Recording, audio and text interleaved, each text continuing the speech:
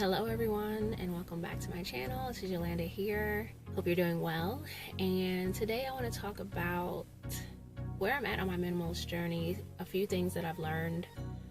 Back in, I want to say 2015, I posted a video and wrote an article about the pros and cons of minimalism. To date, it's the most popular article on my website that people always read, and it's one of the most popular videos on my YouTube channel. So I kind of wanted to film an updated video, not about the pros and cons, but more about things that I've learned and that I wish I had known when starting out on my minimalist journey. I have a lot written down, so if you see me looking down, that's because I'm looking at my phone where I have it written.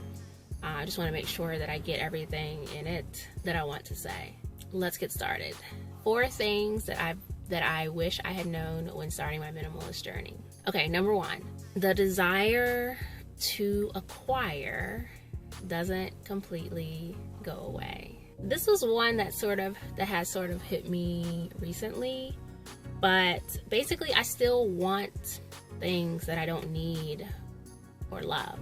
And like my willpower is stronger. I can definitely resist buying those things. And I know how to, ask myself questions, do I need it? Do I love it? Does this add value to my life? Does it serve a purpose? I know how to walk myself through those questions so that I don't end up buying something I don't need. But still, the desire is very strong. And I've noticed this a lot, particularly when I'm going thrifting. As you've seen some of my previous thrift haul videos, which I'll link in this video, I basically overhauled my whole wardrobe these past few months.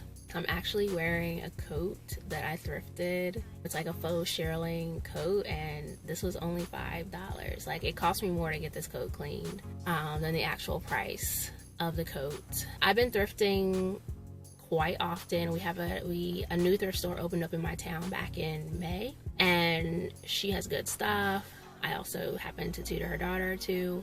I definitely bought a lot more things from the thrift store and other thrift stores that we visit, regularly on a monthly basis. I bought a lot of things over the past few months. And although I guess it wasn't necessarily needed, but it was definitely wanted. Like, I just got bored of the clothes that I had been wearing for the past 4 years. So I really wanted to refresh my wardrobe. But even in addition to just looking at clothes, I've had to stop myself at clothes too, because you just see stuff and it's just like, maybe I can make this work. It's only $1 or a couple of dollars. I've had to stop myself with clothes, with like nice little trinkets and knickknacks that I could use to decorate my room. I really had to stop myself. And even like when it comes to even if it's something that I need, most times my first thought is to go see if I can buy it rather than asking friends or family or trying to find it in the thrift. Usually first I will go online and try to buy it. And then when I look at the price, then I would be like, well, let me pause and see if I can find it somewhere else. That desire is still there, and it's something that I have to work on. Even though thrifting is more a mindful way of consuming, it's sustainable. You're giving discarded items a new life, a new home. It's still consumption.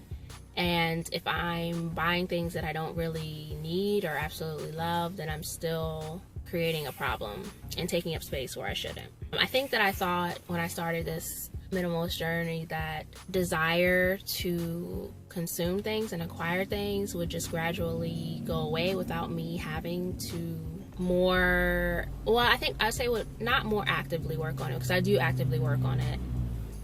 I don't buy most of the things that I want, but I guess without me having to work on the emotional or spiritual aspect of why I still want to consume, I think that's where I need to focus some attention. And I think partially it's due to just growing up poor. When you finally have the means to acquire things, it's more difficult to convince yourself that you don't need them, because you feel like you've been denied certain things. You were denied certain things for, a period of time. So you want to reclaim those things that you've been denied, or you want to have those things to show that you can now acquire them. Number 2, and this goes back to what I mentioned earlier about having to ask yourself, those questions when you do encounter something you want to buy. I found that process of interrogation, it's quite exhausting. Even though I want the things, I don't buy them most of the time. But that process that I have to go through before I decide not to buy them is what's exhausting. It's just not a simple process because you're going back and forth. Really, I guess it's just like one part of you is trying to convince yourself that you can use this thing or that you do need this thing, and then there's another part of you saying, but do you really need it? So it's sort of a battle, internal battle, and sometimes I just get so sick of going back and forth with myself that I don't even end up buying anything. So I guess that's the silver lining in this is that I have walked away from many purchases just out of sheer exhaustion, but it's still frustrating sometimes, the amount of time that I will stand in an aisle at a store, that I will research something online. It's frustrating. And I think that probably stems from, varying levels of commitment to my values and priorities, or lack of commitment to my values and priorities at times. I'm not perfect, and even though I'm more of a seasoned minimalist, I still have challenges. I still have those weak moments.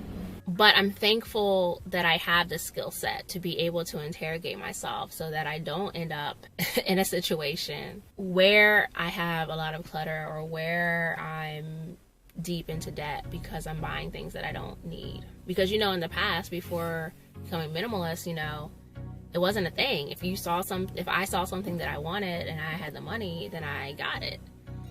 There wasn't a whole long series of questions that I was asking myself. I could justify it in my mind quickly and move on. But I don't ever, want to go back to that point where I'm not consciously thinking about what I'm consuming. I say all that to say, yes, it's exhausting. Yes, it's frustrating, but it's a necessary process. And I also say that to remind myself that it's important to keep your values fresh in your mind, to keep them visible somewhere, which I don't have them visible anywhere. And it's important to review your priorities and your goals often, because it's so easy, in the society that we live in, where we're constantly bombarded with messaging to consume, to buy, to acquire. It's so easy to get off track if you don't have a strong mindset. So this is my reminder to myself and to you: review your goals, your values, and your priorities frequently and often. Make sure they are up to date with where you are in your life. Okay, so number 3 is a big one for me. One of the things that I wish that I'd known is that social media was going to become another form of consumption. Of course, this has something to do with the society that we live in, again, that sends us lots of messaging to consume.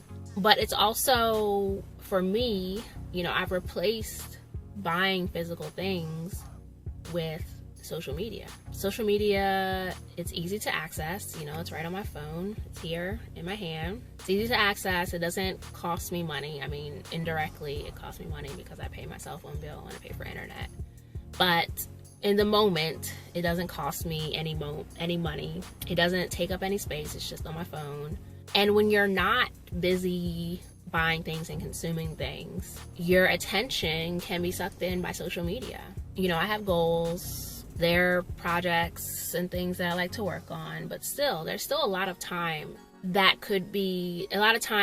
gets wasted on social media. And I find this to be true more so at night, like laying down before going to bed. Like, it's easy to get on there and say, I'm only gonna, check my social media once before I go to bed, and then you end up being on there for an hour or more just scrolling before going to bed. That happens frequently to me, and I literally have to stop myself and go to sleep. It's difficult because I don't just use the internet and social media for entertainment. I work online. I'm a blogger. I, share my art, my work, engage with folks online. I try to keep up with friends and family who aren't, local to me online. So it's not so easy to break away. And I think that social media, I think a lot of seasoned minimalists struggle with unplugging and social media. I need to go actually pick up Digital Minimalism by Cal Newport from my local library because I want to read that. I heard a snippet of it back in the summer when it first was released, and I was really intrigued, but I'm just now getting around to reading the book. Also, another book that I just came across that one of my Instagram friends posted is How to Do Nothing by Jenny Odell. I got that book at home. So those are two books that I'm going to be reading to help me sort of address my social media addiction, because that's what it is. It's an addiction. It's just an addiction that doesn't hurt yourself or hurt others the way other addictions do. I mean, it does hurt you sort of because you're losing time. You're losing time and it's taking up mental and emotional space by being on social media so much, but it's an addiction that's acceptable because almost everyone is addicted to social media. One of the things that I do though, and I've been doing it probably for the past 6 months, maybe a little bit more, but I definitely had to, get serious about when I was writing Mindful Simplicity, available now. Check the description box for a link. But when I was writing this book, I really started using the screen time functions on my iPhone. So iPhones come with these functions already. Some Androids may or may not. If yours doesn't, you can easily just download these apps to monitor your screen time. The screen time function not only monitors the amount of time that you are using certain apps, but it also allows you to set limits. So that was very important while I was writing the book because I was on a tight deadline. I had to write nearly 30,000 words within 5 weeks. So I really had to structure my time efficiently and make sure I wasn't wasting a lot of time online just scrolling when I had work to do. I, started using the function seriously then, and I still use them now, but now that I don't have like a really big project that requires a lot of my time or that I'm not on a tight deadline for anything, I still use the app limits. But the thing that I don't like about screen time is that if you once you reach your limit, it sends you a reminder, shuts your app down, and black screen comes up and it's like, hey, you can press okay if you want to exit out of the app. Or it gives you the option to stay on the app for 1 minute, 15 minutes, or just to ignore the limit completely. There are definitely days when I ignore some of the limits completely, but the thing that I like about screen time, even though, I don't use it, I'm not always consistent with it, the thing that I like about it is that it keeps me aware. So I'm always going back and checking how much time I've spent on my apps, and I'm able to compare that each day. It tracks it by the day, the week, and you can look at it by the month. So I'm able to see the times where I'm on a lot and when I'm not, and make adjustments in that respect. Social media is also difficult emotionally, not just because it wastes your time, which is your most valuable asset. It's a thing that you can't get more of. There's also issues with comparing yourself. Like, I'm not a perfect person. And, I definitely do look at other people who are in my field, I guess. Other people who are minimalists, bloggers and entrepreneurs. I definitely look at them and follow them, and sometimes you wonder, like, am I a fraud? Am I really minimalist? Because me personally, my minimalist lifestyle, my aesthetic does not match what's popular. And sometimes you have those moments of doubt. I think any human person does, or moments where I ask myself, like, why is my platform not as big as someone else's? So that's where the emotional damage, I guess, comes in with social media, is when you're comparing yourself to others and thinking, you're not doing something right because what you're doing looks different. But in those moments, I really have to remind myself that, you know, one of the golden rules of minimalism is that you get to define it for yourself.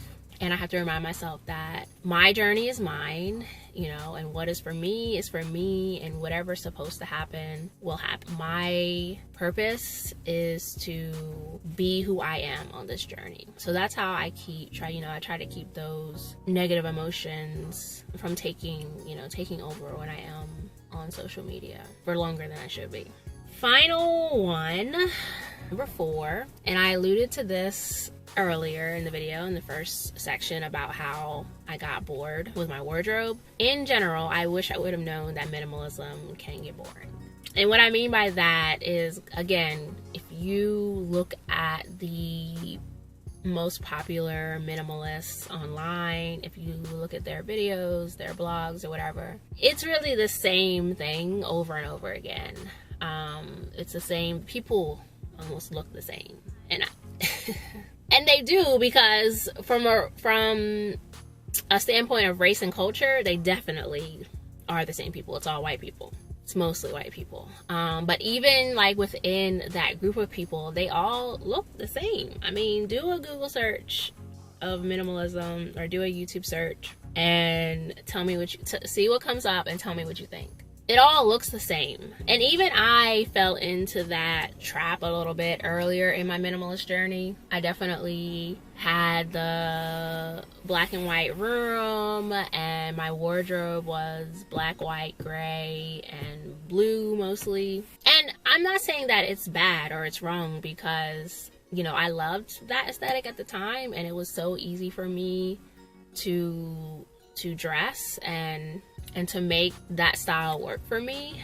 It did work for me. So I'm not saying that it's a bad thing. I'm just saying that it gets old after a while. And for me, you know, really getting more serious about my art this year and just blossoming in myself, I had to change my perception, and I had to pull away from that popular aesthetic and try to find my own way visually on this journey, but also just with things. You know, I have all of my things still fit into my room, but the amount of things in my room have increased.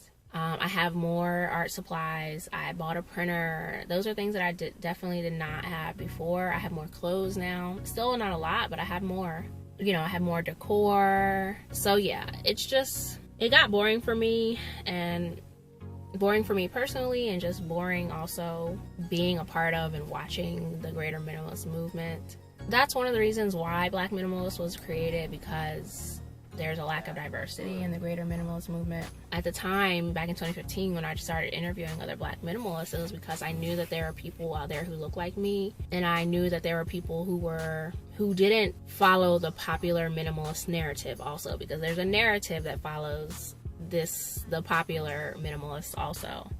So I knew there were other folks out there who look like me, who are living differently but still living intentionally. So Black Minimalist was created to highlight those people. And even though we focus on Black minimalists in our journey, you know, we have connected with other people of color who felt the same way. The other thing is that there are people out there who live what we call minimally, which would more appropriately probably be defined as living intentionally or living simply, because you don't have to call yourself a minimalist. There are people out there who don't call themselves minimalists. They may just say, I live simply, or I live intentionally.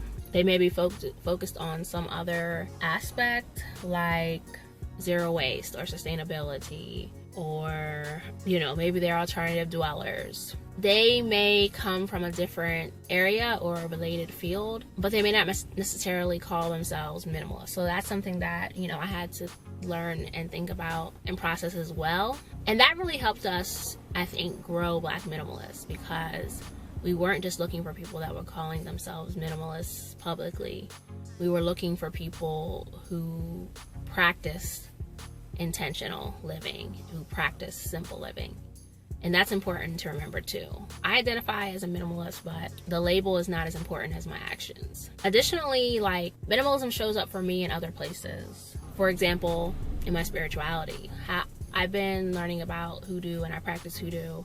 And it was probably about a year before I realized how minimalist hoodoo really is, because it's about cleansing your space of, energy, vibes, things that aren't serving you, clearing clutter. I mean, that's very important when you want to do a working, or, if you're having a problem. Cleaning and cleansing is always, prescribed as a form of healing. And not only that, but in hoodoo, you are taught that you use what you have to get what you want and what you need, because this is a religion that was developed by enslaved Africans in the United States. And obviously they didn't have access to everything that we have access to now.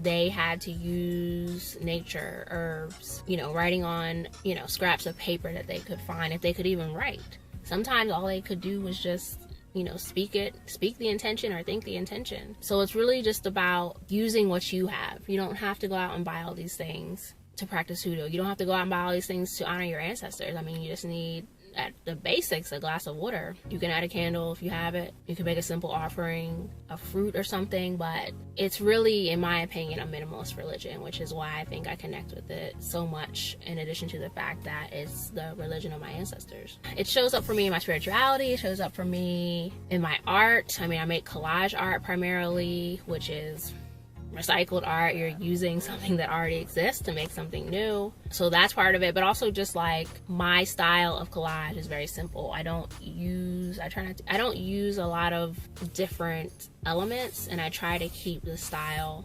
consistent. So the way I create my art, how it appears visually, and the materials that I use are also minimalist. All I want to say for this is that don't allow minimalism to bore you, and focus on the diversity in minimalism, and let's celebrate the diversity and multifacetedness of minimalism. So that was my 4 things that I wish I would have known before starting my minimalist journey. And for me, these 4 things represent my maturity on this journey, my maturity in life, period. I think, like I said, I am a seasoned minimalist in some respects. I've been doing this for 7 years, but this past year or so has sort of started a new chapter in my minimalist journey. So in other respects, I'm sort of a beginner. And nowadays I'm focused more on the emotional, mental, and spiritual aspects of my minimalist journey, and getting to know myself and uncovering more layers. I'm still a minimalist. I'm still grateful to be a minimalist, and I'm still on this journey, and I look forward to seeing, how my journey continues to evolve over the next few years. In the comments, tell me, what is one thing that you wish you would have known before starting your minimalist journey, or when you started your minimalist journey, or simple living journey, or intentional living journey, however you identify it? Let me know in the comments what you wish you would have known. Thank you for watching, and I'll see you in the next one. Peace.